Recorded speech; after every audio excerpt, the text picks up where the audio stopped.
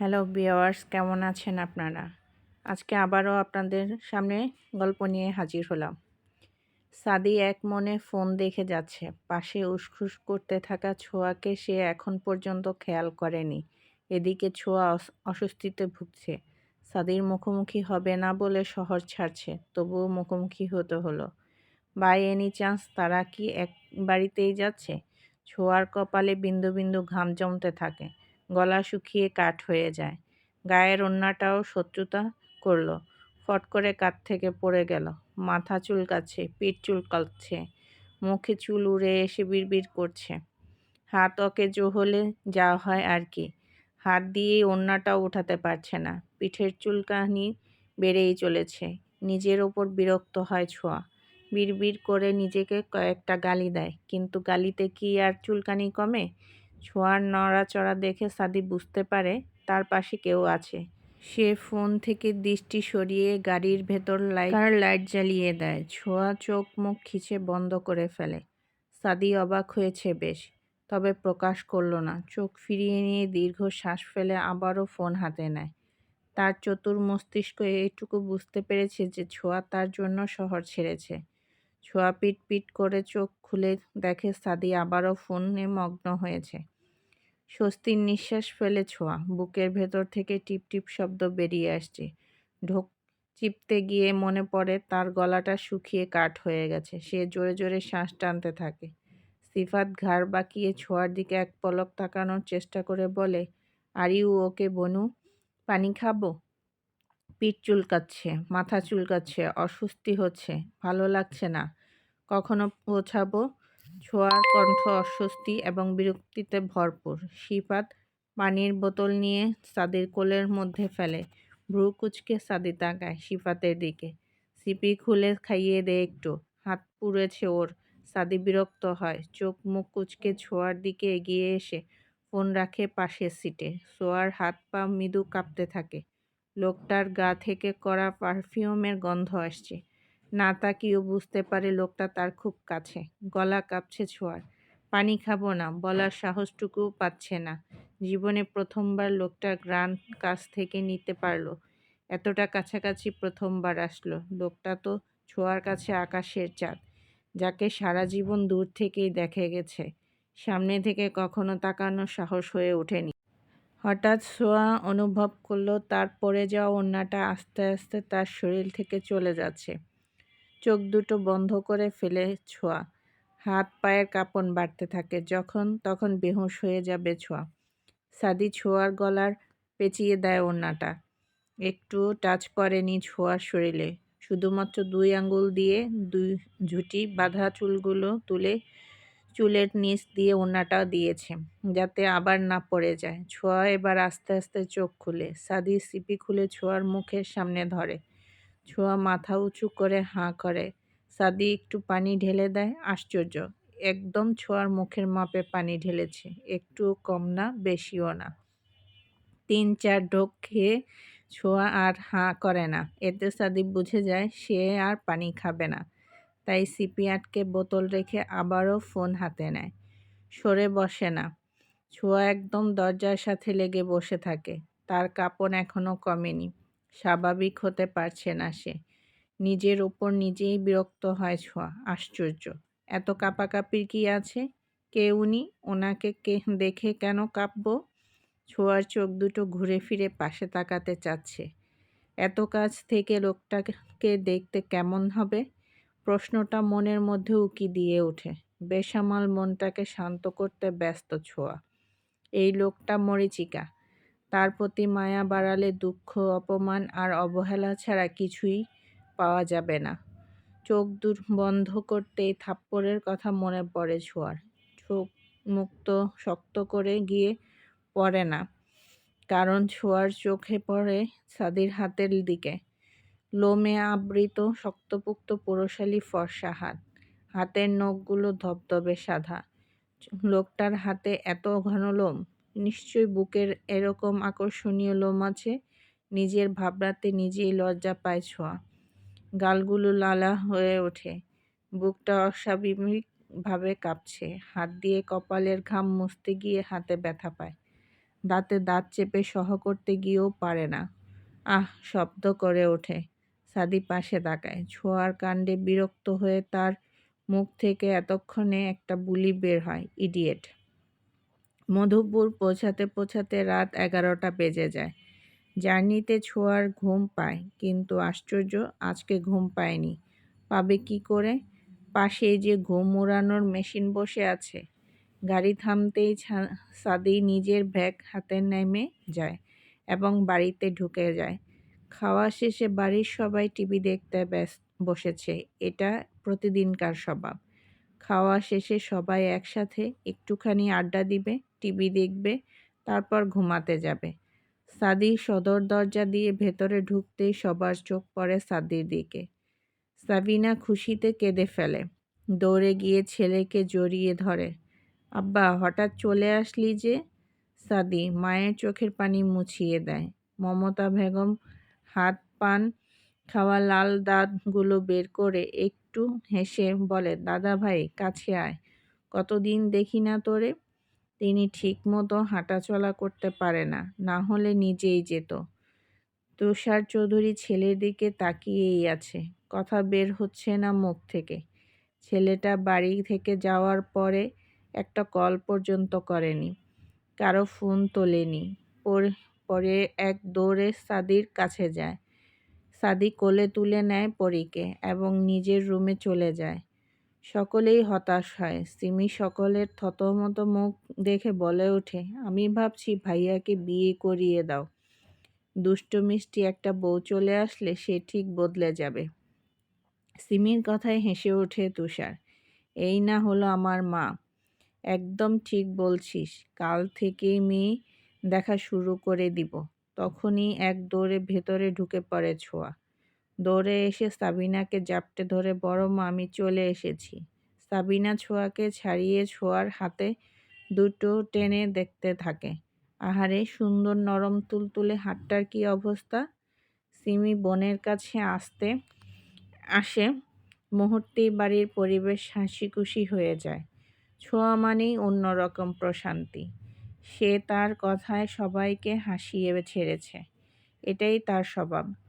সকলের সাথে গল্প করার পরে ছোঁয়া চলে যায় নিজের রুমের দিকে। তার একটা রুম বরাদ্দ করা আছে, সেই রুমেই চলে যায় সে। রুমে ঢুকে পা দিয়ে দরজা বন্ধ করে পেছন ফিরতেই ছোঁয়া চিৎকার করে ওঠে, কারণ সাদি তাওয়াল পরে ওয়াশরুম থেকে বের হয়েছে মাত্র। শরীরে বিন্দু বিন্দু পানি জমে আছে।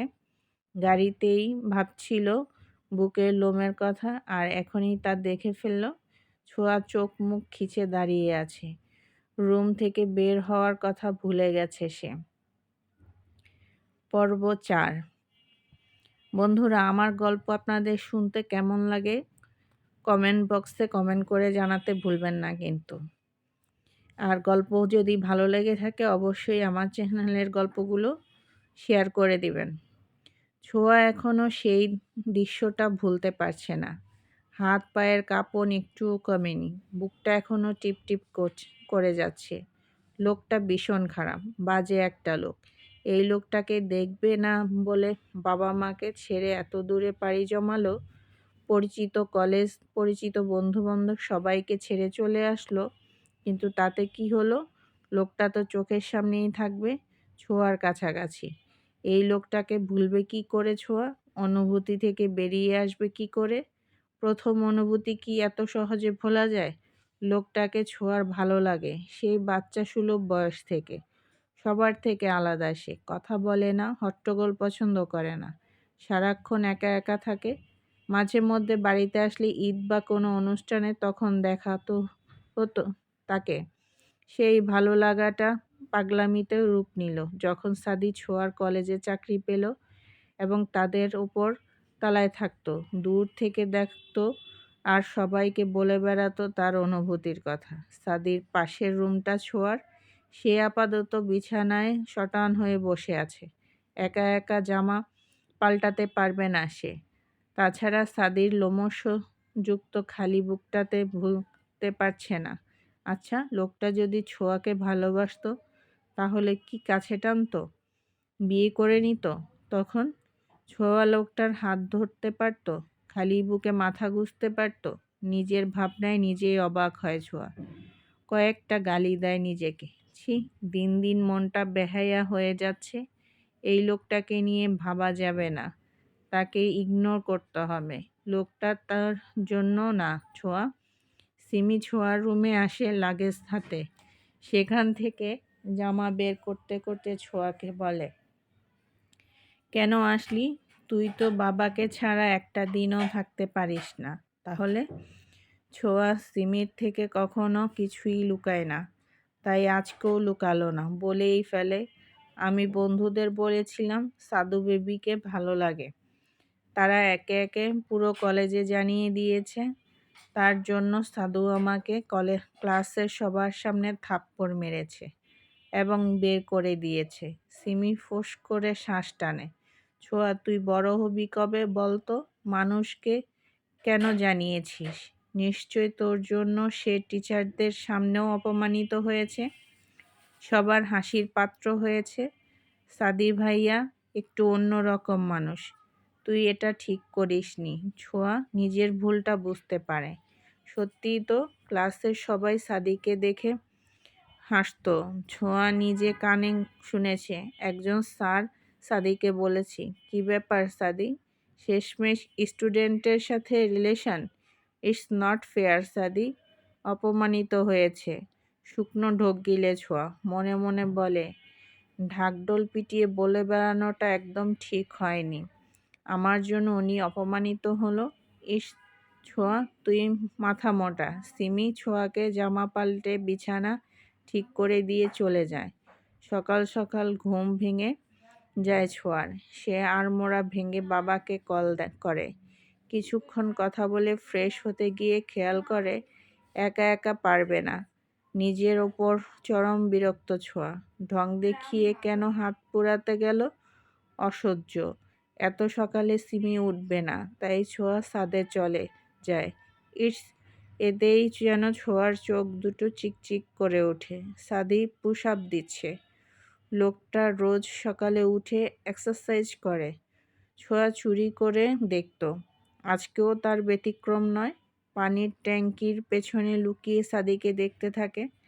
হাতাকাটা গেঞ্জি, দুই হাতের পেশি ফুলে উঠেছে, ঘামে সারা শরীর ভিজে জবুথবু হয়ে আছে।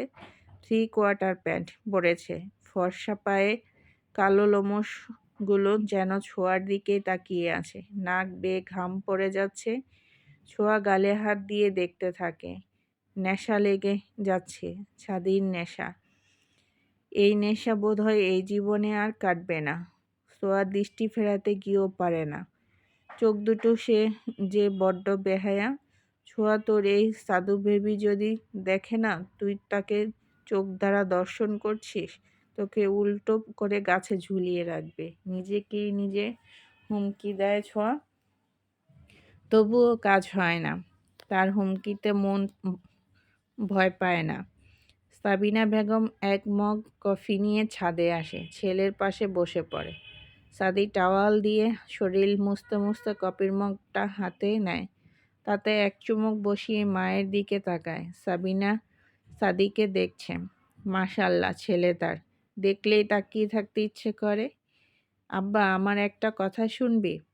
সাদি জবাব দেয় না। সে কফিতে আরেকটা চুমুক বসিয়ে খানিকটা জোরে বলে, হেই ইডিয়েট, সামনে আয়। ছোঁয়া মুচকি হেসে আরাম করে বসে সাদিকে দেখতেছিল। বড়মা কি বলে শুনতে চায় সে, কিন্তু হঠাৎ সাদির ডাকে সে শুকনো ঢোক গিলে নড়ে চড়ে বসে। বুঝলো কি করে গোমরা মুখোটা?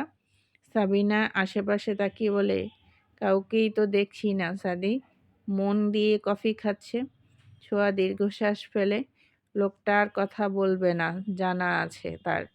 একটা কথা যে গলা দিয়ে বেরিয়েছে এতেই ধন্য ছোঁয়া। সে এক লাফে টাঙ্কির পেছন থেকে বেরিয়ে এসে এক গাল হেসে বলে, ও বড় মা, তুমি এখানে? আমি তোমাকে সারা বাড়ি খুঁজে শেষমেশ এখানে চলে আসলাম। তারপর সাদিকে ভালো করে দেখে বলে, এ বাবা সাধু স্যার, থুকু ভেবি না, না না থুকু ভাইয়া, আপনি একদম এরকম অর্ধেক পোশাক পরে আছেন কেন? ছি ছি, আমি লজ্জায় মরে যাচ্ছি।